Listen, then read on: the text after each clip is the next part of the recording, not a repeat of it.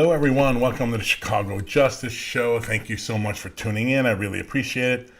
I am your host, Tracy Siska. I'm also the executive director of the Chicago Justice Project. You can find out more about what we do in our transparency and accountability work, both in Chicago and we're spreading around the country at chicagojustice.org. I highly encourage you to check that out tomorrow morning as we release a new report. And let's just say I don't think the president of the Fraternal Order of Police is going to be very happy. Come 9 a.m. Chicago time, you can get that report on our website.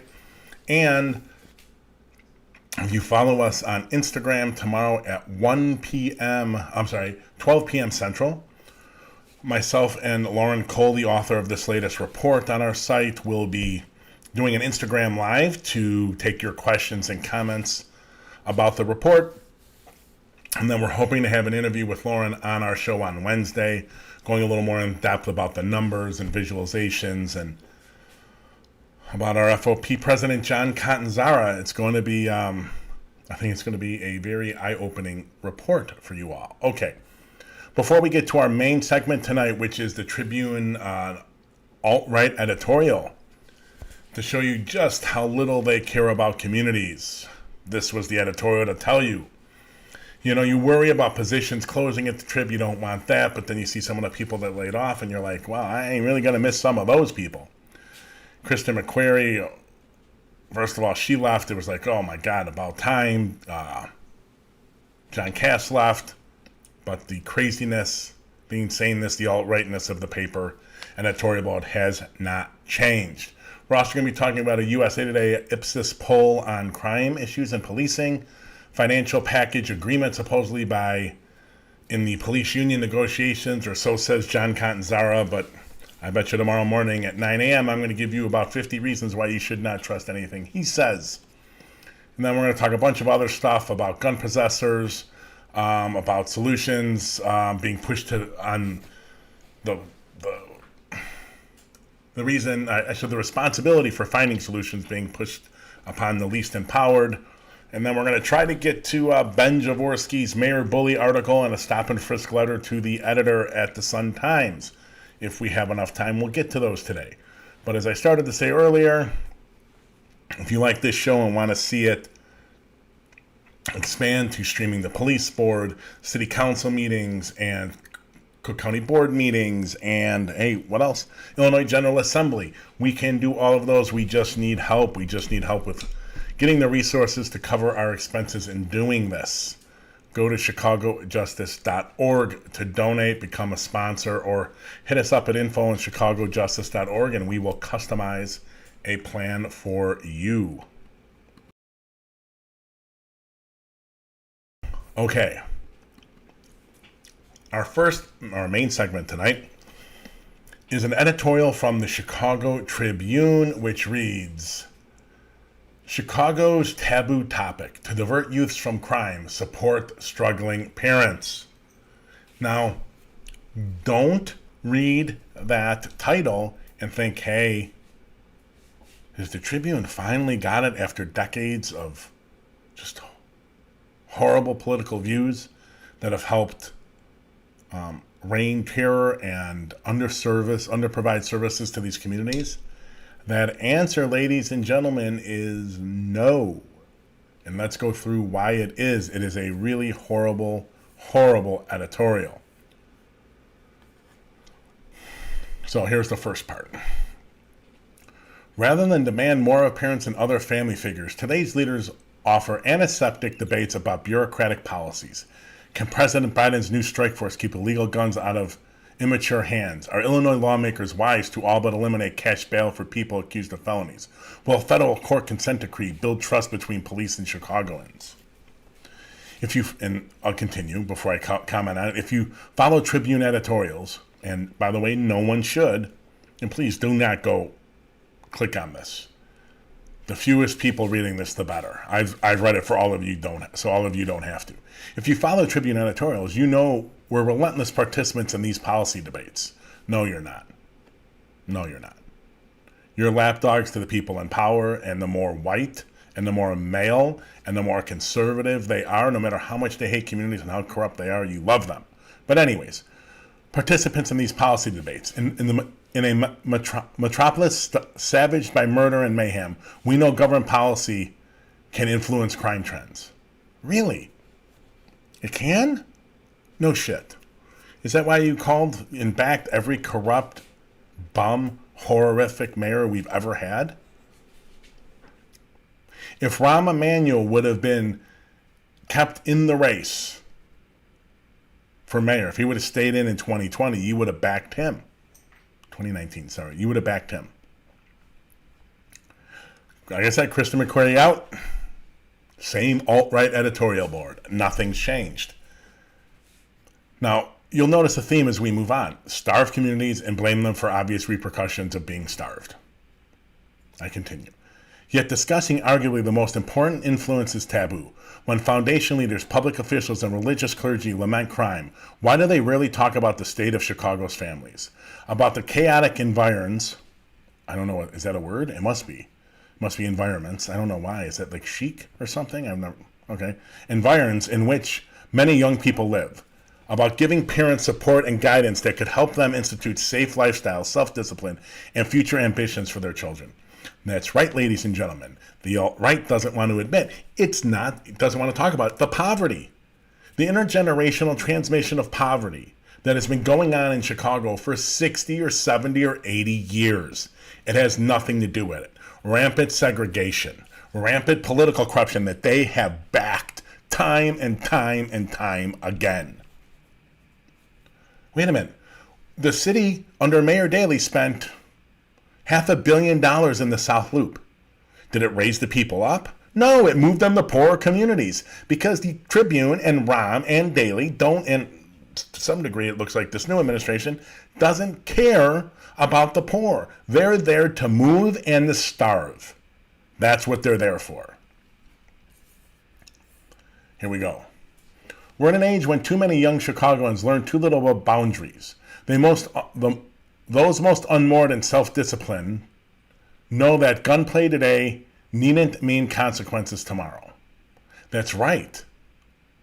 They know that. Because there's no consequences when you get in a shootout. God, they're stupid. Rising crime rates and lower incarceration rates bestow a frightful logic. I can act with impunity and I'll get away with it. The result? Petty disputes that turn fatal. Armed carjackings by teenagers, expressway shootings, gang vengeance, bullet spray, and whole gangs, and whole groups. Nothing they said there is new. It's not new, right? It's been going on in Chicago for 60 years. So, question I have for you, and if you can respond in the chat if you want at any of the places you're watching this, is the Tribune editorial racist? Is this more classist than racist? Or is it just an intersection of both? Because this is hate-filled, ignorant cluelessness. The Loop, Michigan Avenue, the South Loop, the West Loop, Fulton Market are as beautiful as they are with all their potted plants that get changed all the time by the city because the city puts hundreds of millions of dollars of TIF money into those areas every year. How would the communities be if that TIF money went to communities instead of to the Loop? I bet you no one in this damn editorial board lives in Chicago and probably hasn't lived in Chicago for decades. Giving young people coping skills, anger management, and hopes for their futures demands more than public policy. It demands focus on how young people are raised citywide. It demands flouting that taboo that says even talking about inadequate families stigmatizes parents. You know it's inadequate, racist bastards that you are. And you are racist bastards. You know what's inadequate? Jobs, a living wage, health care. And it's been that way for decades. It's only gotten worse, and all you've endorsed is it getting worse. You're part of the problem. You're part of the problem. I continue. Here you can monitor lawmakers in Springfield and Chicago news conferences about crime, about incarceration policy, about inequity, without hearing anyone advocate for building stronger families. Timid leaders view that candor as intrusive scapegoating, as if their silence demonstrates deference, while each year parents by the hundreds bury their children. You know what builds families? A minimum wage and jobs. That's what builds families. The difference between the North white side and the South and West sides black and brown is jobs and money. That's the difference.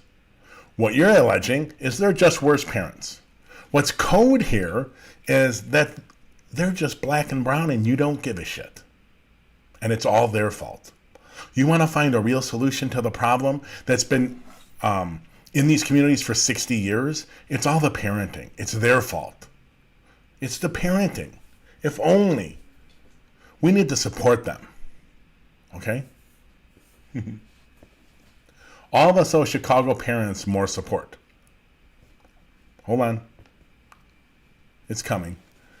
No, we don't mean those with the most resources lecturing those with the least on how to raise children. Yes, you do. Yes, you do. Yes, you do. Yes, you do. Watch, they're going to do it right now. The emphasis should be on constructive nudges. What the frick is that? And respectful interventions to help parents do the job. Respectful intervention and constructive nudges. Can someone tell me how that's different than the people with the most resources lecturing those with the least resources about how to raise their children? It's constructive and modest, or respectful. I continue. Models exist. We've written about some, and many smart organizations can prescribe strategies that work. Example, the Becoming a Man effort gives Chicago at-risk youths and their parents life skills that lead safely to adulthood. A civic commitment to strengthen more families could divert youth from lethal intersection of impulsivity and anger, gangs, and self-destruction. You know what could do it better? Not for 50 or 20 or 100, you bastards, is jobs and living wage. The TIFs that you back year after year after year after year collected in 2019 $928 million. You're fine with them stealing that from taxpayers, and you're fine because they spend it on white side of Chicago. That's fine. Just keep stealing and keep spending on white Chicago. Let the black and brown people starve. It's all their fault. It's their problem. They're bad parents. They don't have impulse control. It's all their fault. There's nothing structural about nothing. Don't look at us white people. You would have sworn if you read this was written in the 1950s. I continue with this God-forsakingly stupid, ignorant, racist piece. The polls and civic leaders instead can raise their voices to say no young person should be stumbling toward a futile life or an early death. Make it Chicago's mission, help every parent provide structure, love, and accountability. That's right, ladies and gentlemen. Once again, it's not that there haven't been jobs in these communities for decades.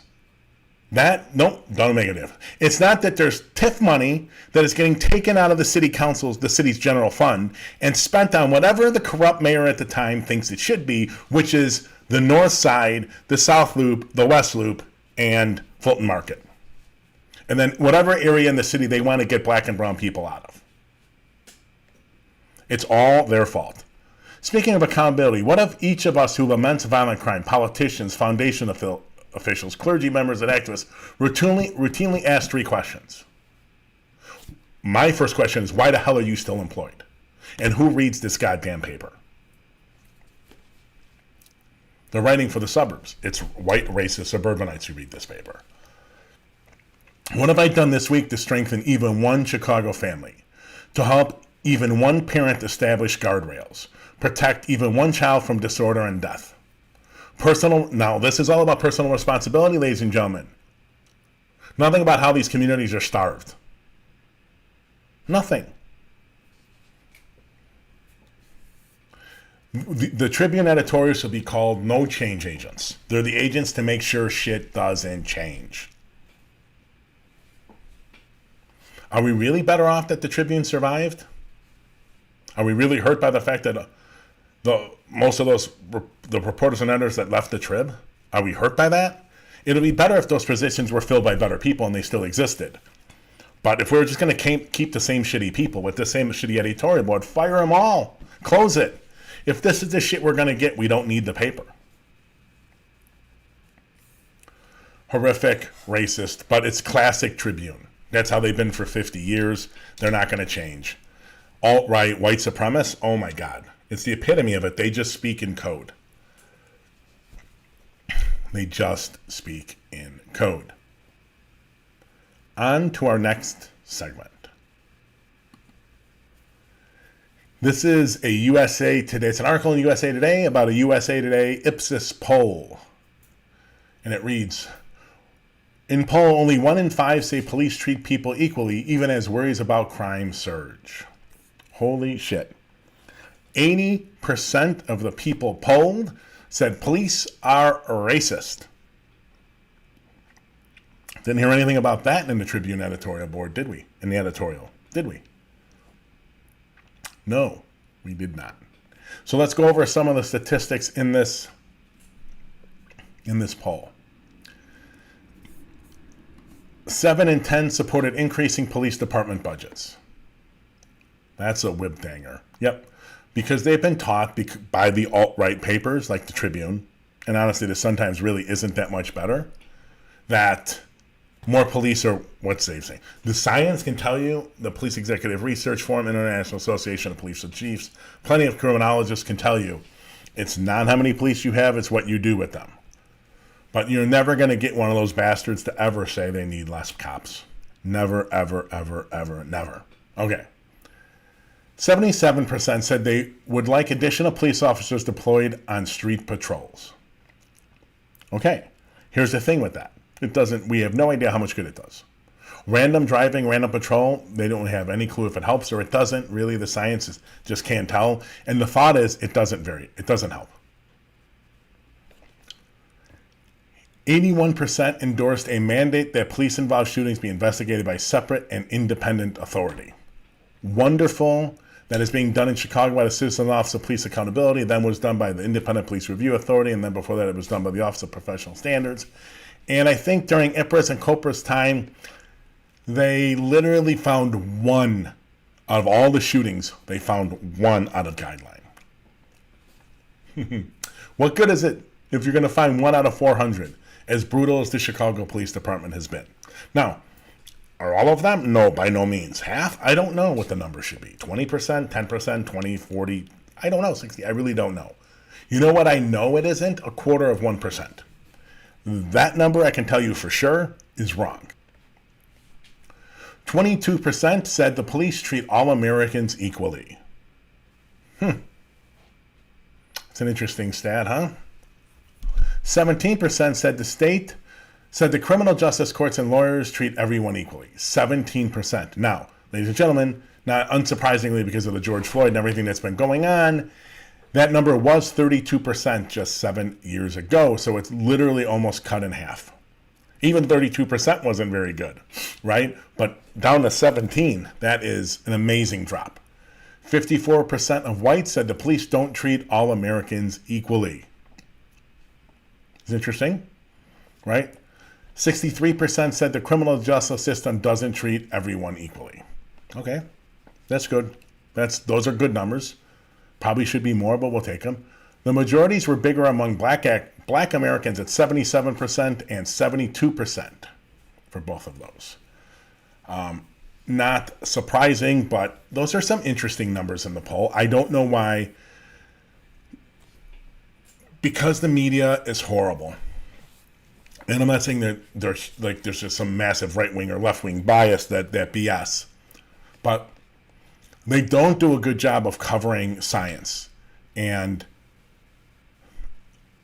delivering the data and the research and describing to people how that, what those results really are. There is no data that increasing budgets is going to help. There is no data that says increasing number of officers is going to help. It would be great if it did. It's simple. Crime is much more complicated than that. It's just the reality. It's just not It'd be nice. I know Alderman Lopez, I think we have that. No, that was last show.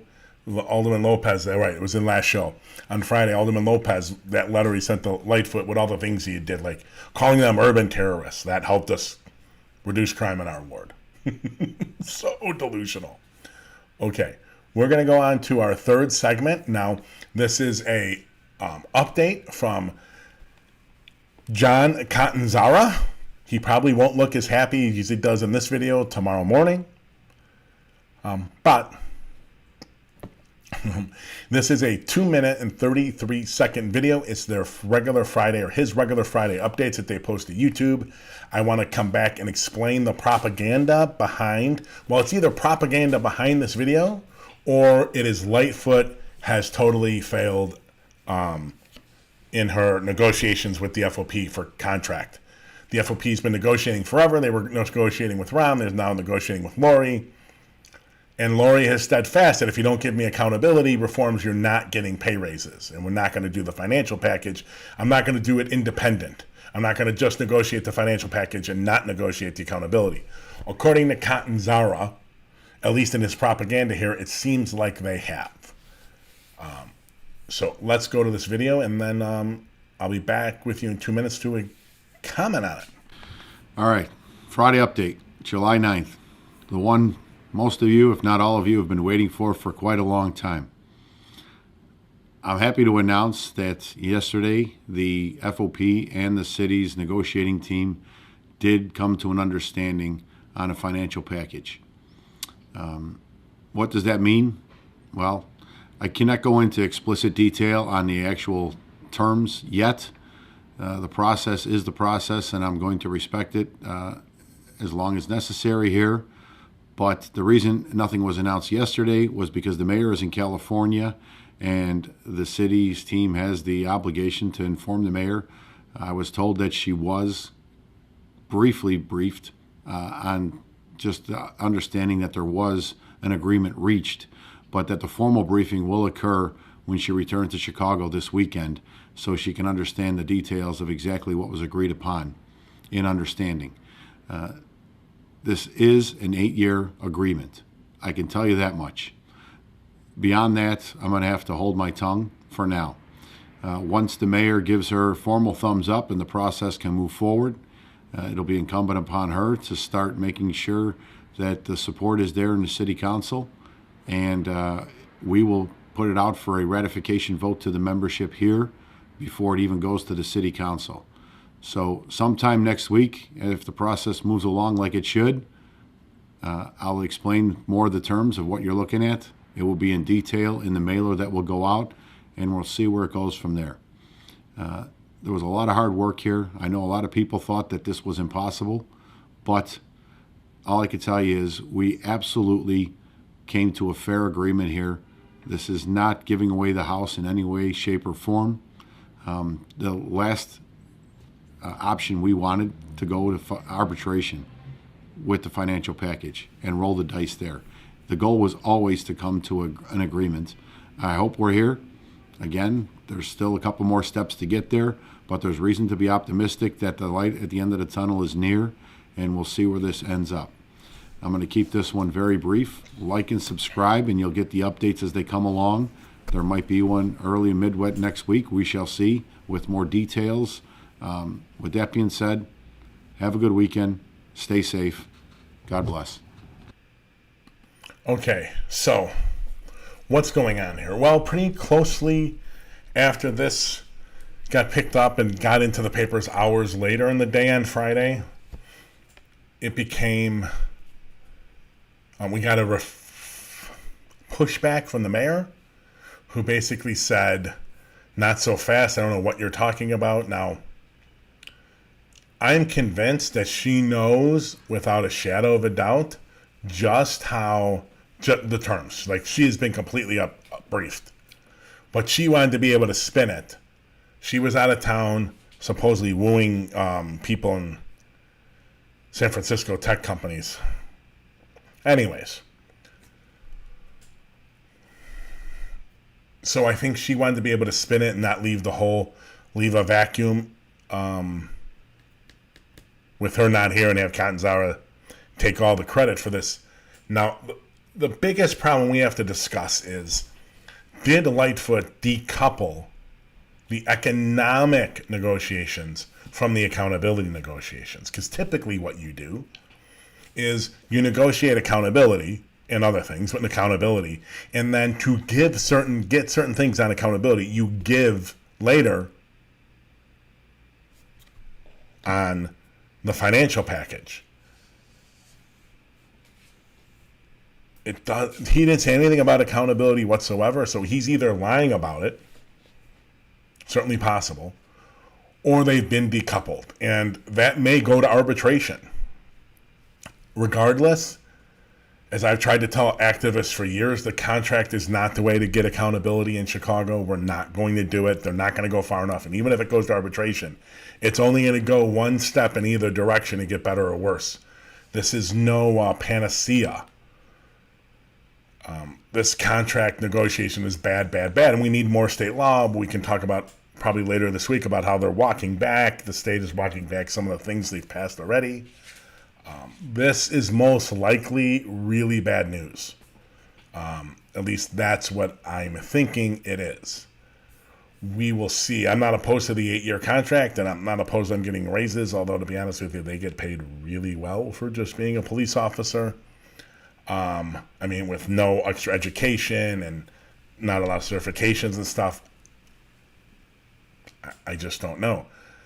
Okay, so we're going to stay with the FOP. We're going to go to our social media fail.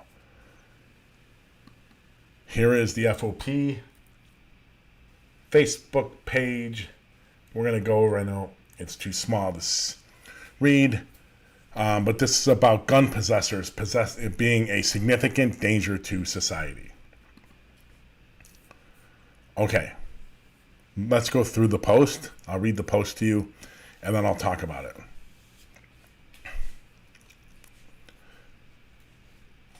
From the 26th California Brain Trust, that's Kim Fox. I think they're mostly referring to Fox and Evans. The public must remember that bail reform, instituted by the Circuit Court of Cook County in 17, is based on, these are quotes, is based on constitutional principle that people should not be punished by imprisonment before they are tried, unless they pose a significant danger to the community, the statement said. Unquote. It also included a comment from Evans, that's Catanzaro, the FOP's. Now it goes back to quotes. Looking at individual tragic cases in isolation may contribute to the speculation that releasing individuals before trial rather than incarcerating them, whether by placing them on electronic monitoring, EM, or other forms of supervision, means an increase in crime. Evans said in a statement, quote again, but speculation based on isolation cases is not the same as reality based on a complete picture, and research has shown that bail reform has not led to increases in crime.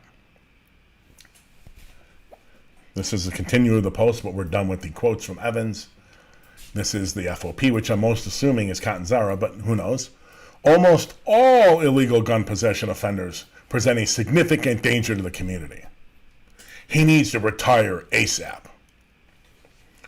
All right, ladies and gentlemen, here's a little context. That, by the way, Fox had in her presentation that stirred all of this up in the last week or two, that webinar, that Lightfoot, that Brown, that Catanzara, and the FOP have totally skipped over. For some reason, let me back up and say this. When there's a crime committed and the police department makes an arrest or a bunch of other mostly phony categories, they can register a clearance, which means they cleared the case. We know who did it, we arrested them, or we can't get them, but we know who did it, but they're in jail somewhere else, or they've left the country, but we know who did it. It's called cleared. And there's a clearance rate, and it ebbs and flows. And the national rate is always much better than urban places because small jurisdictions greatly outrank the large ones, obviously, and when they get 1 or 2 murders and they're solved, they get 100% clearance rate, even though they've solved 1 or 2, and so those rates don't count, really, in my book, but It's always been a highly manipulated number. And if you look at Chicago's, it has shot up over the last few years, which is telling you it is 100% manipulated. At one point, they were clearing like 10 or 15%. Now they're at like 50 or 60. There's no goddamn way that's true. No way. Post-George Floyd protest, clearance rates go up? No way. Post-Laquan McDonald videotape murder and all the protests and all the unrest, clearance rates go up because people trust you more and are cooperating more? No goddamn way. But anyways, what clearance is, so it's 2013, Fox brought this up. Since 2013, gun possession arrests annually have doubled. This year, it was like 300 a year back then. This year, last year was on 1,400. This year was on the way to being more. Now, what the FOP wants and the police department wants and Lightfoot wants and Brown wants is all those people arrested for illegal gun possession, they have to stay in jail waiting for trial. And it sounds good. You could see oh my God, that makes so much sense. Yeah, they should stay in jail. Now, here's the problem with everything that's going on. The clearance rates for people that use gun and shoot, those cases have plummeted since 13, while the increase in number of people arrested for gun possession skyrocketed. The CPD has actually arrested less people for actually committing a shooting. Let that sink in. And look at the Tribune editorial board and all these others, Alderman Lopez, Paul Vallis, Bob Fioretti, former alderman and lost every office pretty much in the city and county and state. Fioretti, that's what they're calling for. Put them all in, lock them up forever. Don't worry that we're locking up people who possess guns, but we can't ever find people that are actually using them. Now, of the 1,400 last year, I think that they made arrests for gun possession. Maybe it was 19, but I think it was last year. About 20% of the guns seized in that were tied back to a crime.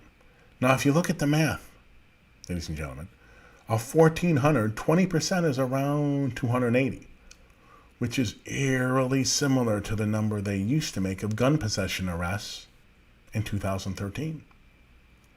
Now, I talked to a source who I trust, but I disagree with on a lot of things at times. And he says, well, people are possessing more guns now. Maybe. I don't know if that's true. But even if they are possessing guns more, why aren't you solving the shootings? Why are you solving shootings at a smaller rate? Shouldn't your target be the shooters and not the possessors? Because if someone shoots and gets away with it, as Tribune tells us, they're just going to keep shooting. I read the Tribune. I listened to my white male, alt-right conservative leaders. So why are we arresting people who haven't yet committed a violent crime and letting people who are committing a violent crime get away with it? What sense does that make?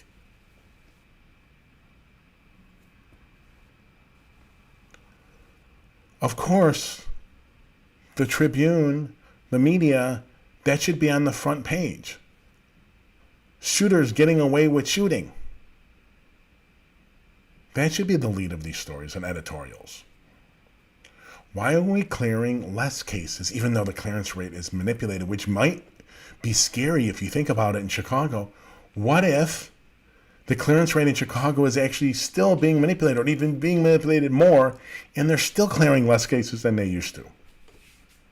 Is it being equally manipulated, or is it manipulated even more?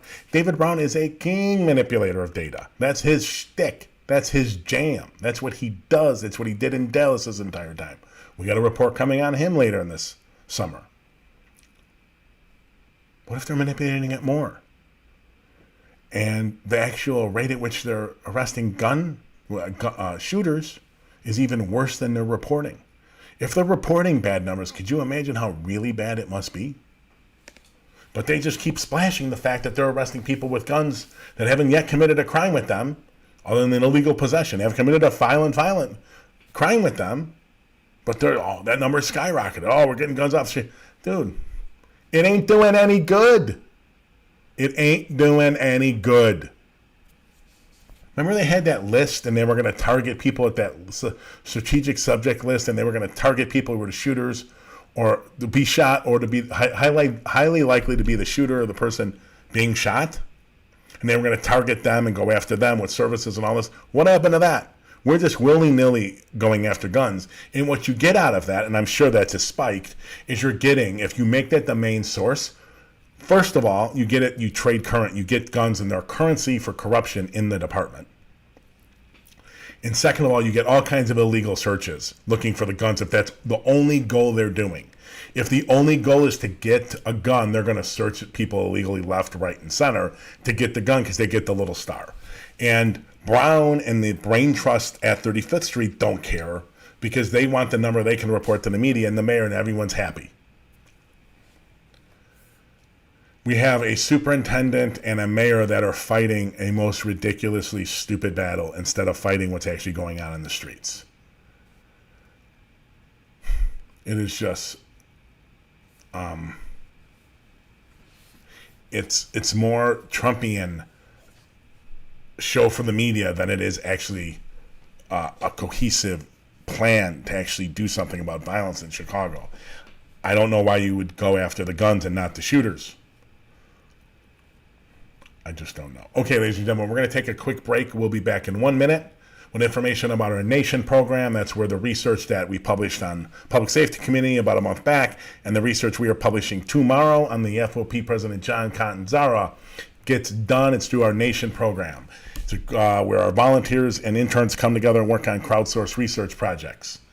So if you want to get involved, cjpnation.org. You can find about our active research projects. You can find contact information for group leads. You can find information about contacting Sydney, who runs our Nation program. Okay, I'll be back in 1 minute.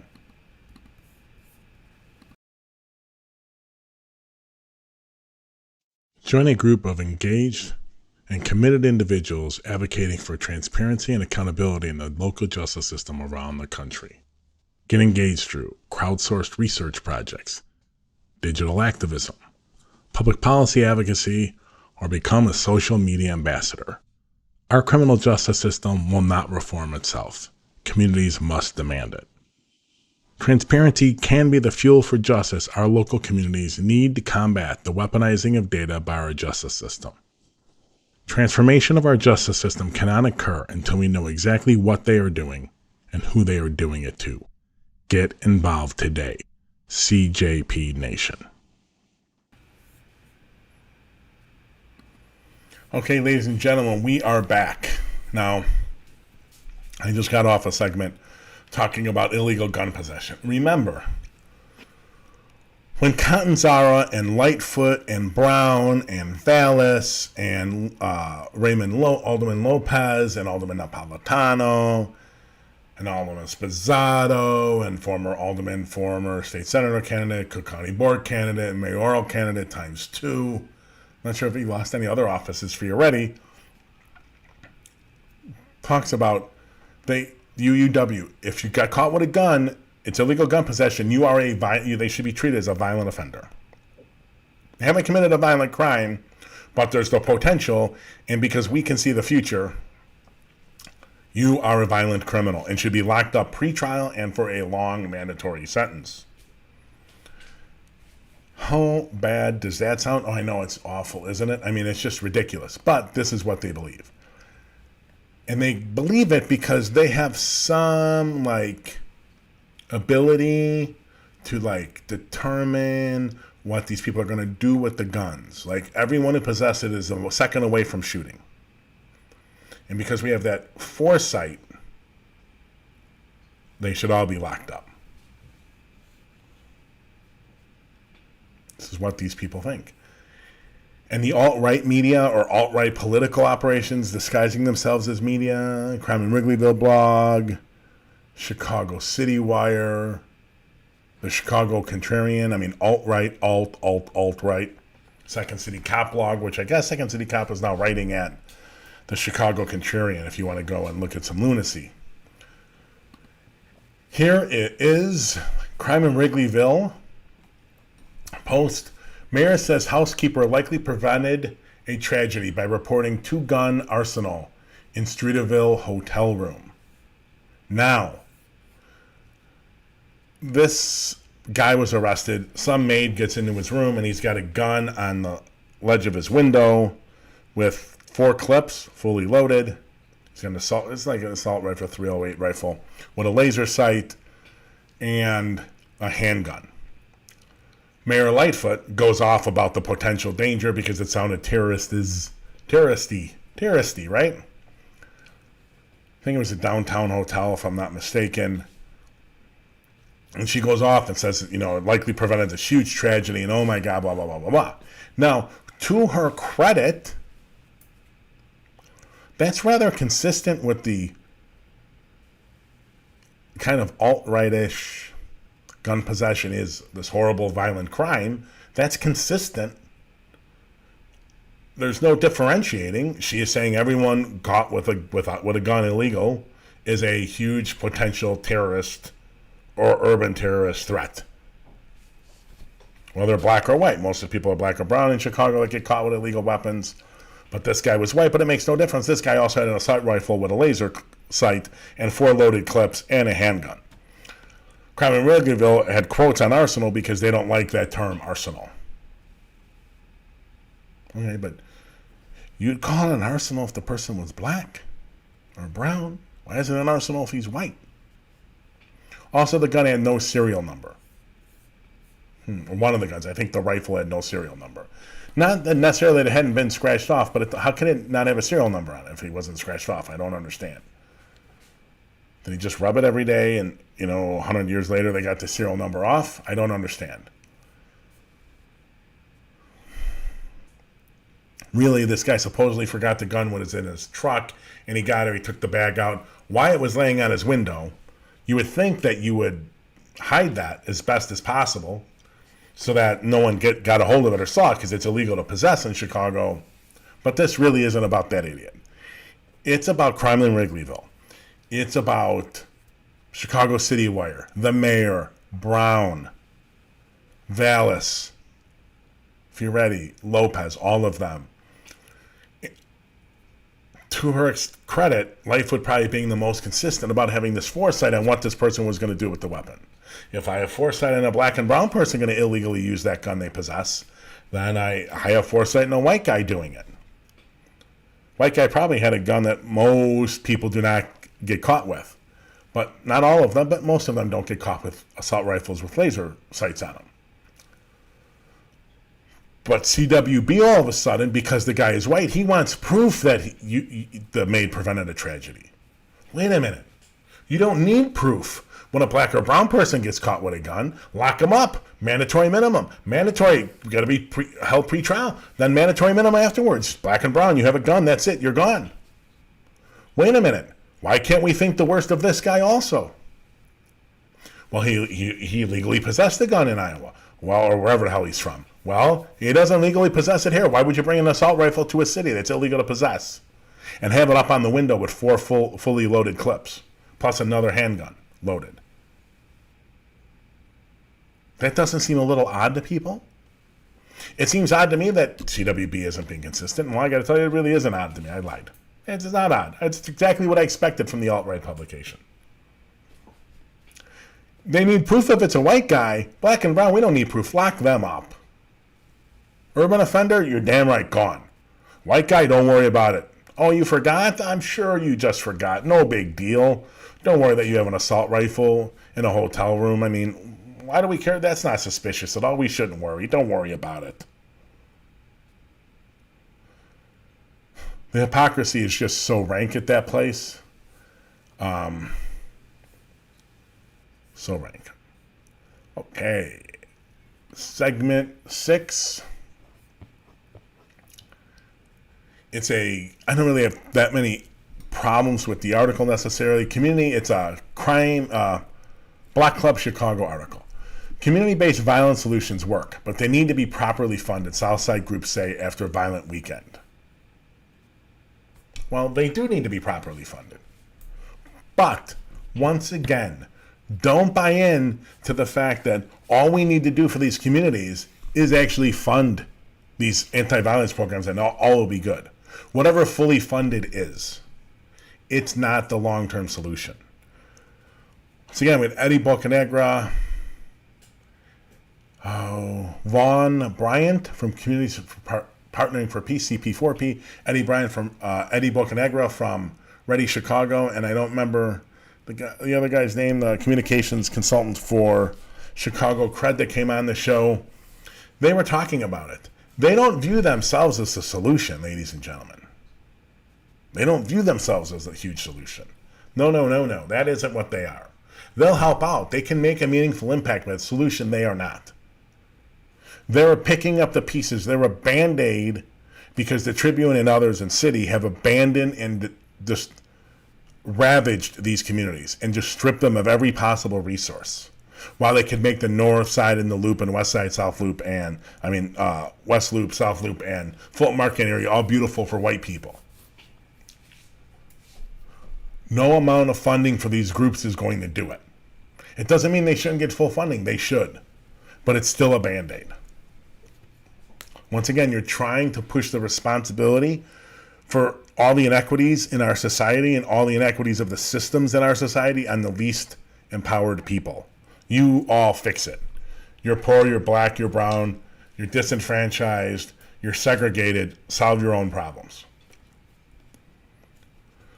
So here's from the article. But their work will remain limited unless public officials seriously invest in these programs, organizers said. If city leaders secured funding for programs that are bringing about viable long-term solutions, then found ways to scale those programs, it would be far more effective than showing face at a scattered community events, says Anthony Wright, CEO of Ring of Hope in Greater Grand Crossing.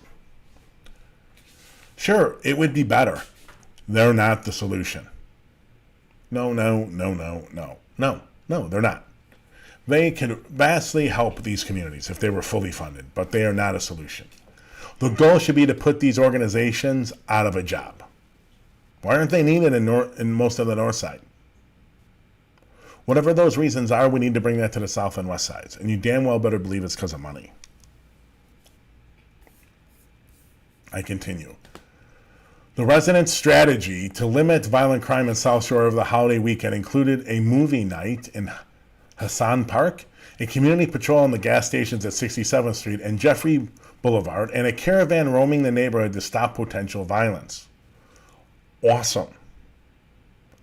Now, who thinks that's... I don't see that happening on the north side. Or in the south loop, west loop, Fulton Market. I wonder why. Now, the Tribune and others are going to tell you it's because the people are black and brown. It has nothing to do with that, the fact that we're totally abandoned these communities. As I said before, the existence of these solutions proves the city's failure. It's not that they're not great organizations. Many are. It's not that they're not doing great work. Many are. It's not that they're not being helpful and meaningfully contributed. They certainly are. They're just not a solution. You have to address the structural problems. If Mayor Lightfoot had any interest in doing that, she would get rid of TIF money. She'd not get rid of the money. She would get rid of the tax increment financing districts and distribute that money to the south and west sides. But nothing's changed. Was it new boss, same as the old boss? That better damn believe it. It's Chicago. Okay, we are going to do our last segment of the night, ladies and gentlemen. We're finally going to get to this. This has gotten pushed from the last couple of shows, but I'm determined to do it tonight. Okay. Mayor Bully, it's an article or column, I guess, is a better way to put it, from Ben Jaworski, if I'm pronouncing that right, in the Reader. Yeah, the title's Mayor Bully. So let's get to the article. Quoting from the article, remember that promise the days of rubber stamp council would be over? As candidate Lightfoot pledged to listen to different ideas, even tolerate dissent for the good of Chicago. She shut down a lot of committee on police and fire, public safety meetings over the last year so that there couldn't be a vote on a community commission she didn't want. I quote from the article again. Apparently the promise got chucked out the mayoral window, along with the promise of an elected school board, which she was against, a police oversight board, which she's changed dramatically and can't get past, and a more transparent government, etc. Yes, none of that has come about. There is not much in any of those. There's not much in any of those that have come true. It's all broken promises. it's more or less around 2.0. Now, to give her a little bit of a break, she did have COVID year and a half. But the first year, her first budget, nothing was different. Going into 20, nothing was different. And there was no signs that there was going to be. I continue from the article. The mayor's council floor showdown with Taylor stems from the case of Anjanette Young, the woman whose West Side home was invaded one night in 2019 by a dozen or so police officers waving no-knock warrant as she stepped from the shower. Ben, the rest of the Chicago media, it was not a no-knock warrant. You know not what you are talking about. It was a knock warrant. Many people have gotten this wrong. Alderman Beal, in one of the meetings around Annette Young's case in the Police and Fire Committee, one of the few meetings that Lightfoot let happen this year, Beal's like, "Oh no, we've got to get rid of no-knock warrants. We got to do something. Got to give it up." You could have. It didn't happen. It was a knock warrant. It was a knock warrant. Media, get it through your head. I continue. The cops made Young stand naked for over half an hour before they acknowledged what they should have figured out right away. They had invaded the wrong apartment. Okay, I think it was 18 or 19 minutes before they let her go change. They put a blanket on her or tried to reasonably quickly. Listen, it was awful. But Jaworski's just getting stuff wrong, left and right. But when you're a political person, it doesn't. Facts, they don't matter, right? I want to make sure. And then somehow or others, And then somehow or other, the Lightfoot Law Department, led by Celia Meza, has gone back to playing hardball with Miss Young, moving to dismiss the case if she doesn't accept the settlement offer. Now, ladies and gentlemen, here's the problem. While the warrant did not follow the regulations of the department, those regulations are created and only meaningful for internal accountability of the police department. It's not that the raid wasn't illegal. It was horrible. And I am a backer of the Anjanette Young ordinance to really rein in their use of warrants, eliminate no knocks unless you can really say a reason you need it. But these types of raids happen all the time. You got to understand the city is trying to knock down this settlement because they're worried about what's coming down the pipeline and other break-ins and other bad warrants. And if the city is going to pay out because it was a bad warrant, huge numbers, even though it was done legally, that is going to open up the city to huge, huge, huge civil judgments. Reporters just have to get around to that reality. That is a reality. And the city's trying to limit that. Now, I'm not saying they should. And also, ladies and gentlemen, which is also missing for Jaworski's column here, is that I'm not sure she has that much of a case, as bad as it plays in the media. The first case got thrown out of court. The first lawsuit got thrown out of court. Now, maybe the video changes that. I don't know. It's awful. She should definitely get a settlement. I'm not arguing against that. Put the facts where they are. The first case got tossed. If they're even worried about this, the only way a moving for dismissal bothers Young is if it's got a chance. And if it's got a chance, people would say, what the hell's going on? Why does it have a chance? Is there really no credibility to this in a court? And if it does, then how much are we willing to pay Miss Young? I think she should get a settlement. I think the city should have done it a long time ago. But facts matter. Context matters. But Ben, do some damn research. Most of the major facts in this are just wrong. Wrong. It's not much different. It's not a column you wouldn't necessarily see in poorly done, the level of poorly donedness in this from the Tribune Sun-Times. And for that lack of care to the facts. Facts matter no matter whether they support your ideology or they go against them. Facts matter, and we need to get them. If we're going to hold the Tribune Sun-Times to that, we got to hold people at the Reader and all the other publications to the same level. Ben, get your facts right. It helps provide context. It helps inform the reader. Your facts are not right. In this case, they're wrong, and wrong. Okay, ladies and gentlemen, thank you so much. I really appreciate it. Remember, tomorrow morning, 9 a.m. Chicago time, hit our website, chicagojustice.org, for the release of our new report on John Catanzaro, the FOP president. Also, follow us on Instagram. I think it's Chicago Justice Project. And you can see us at noon tomorrow, noon Central, for an Instagram Live with myself and Lauren Cole, the author, intern from the University of Chicago, who's the author of the report. We're going to talk about the report itself, Catanzaro's history of misconduct throughout his career, and some of his social media activity that is going to should revolt and disgust most people. So you can catch that at noon on Tuesday, and on Wednesday at 5:30, we'll feature an interview with Lauren to go in more in depth about the report itself. So we'll see you hopefully all tomorrow morning at 9 a.m. reading our report, and then noon on Instagram. All right, thank you, everyone. Have a great night.